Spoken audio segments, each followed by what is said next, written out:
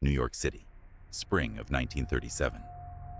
The world was still reeling from the Great Depression, and in the shadows of its Art Deco skyscrapers, a scandal was about to erupt. Veronica Gedeon, a 20-year-old model.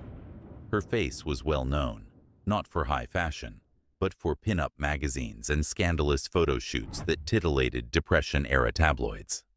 But in April 1937, her face was splashed across headlines for a far more chilling reason. She was found dead in her family's Manhattan apartment, strangled, bruised, half-dressed. But Veronica wasn't the only victim. Her father, Charles Gedeon, and the family's elderly boarder, Frank Burns, were also murdered. All three were killed in the apartment, while Veronica's mother was away in the hospital, recovering from an illness. The scene was gruesome. No signs of forced entry, nothing stolen. Yet the killer had lingered, taking his time, almost as if he knew the victims, especially Veronica. With public pressure mounting, the NYPD scrambled for answers.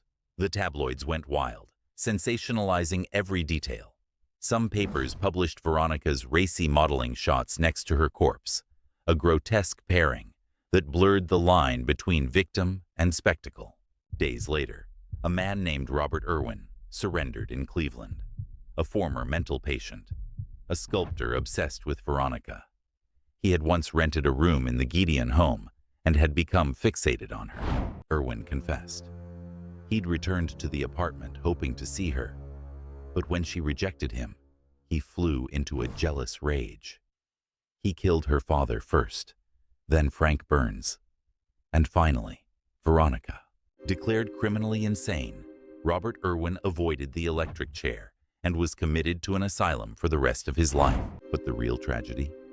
Veronica Gedeon, a young woman trying to build a life in a tough world, was reduced to tabloid fodder. Her death immortalized as a scandal, not a sorrow.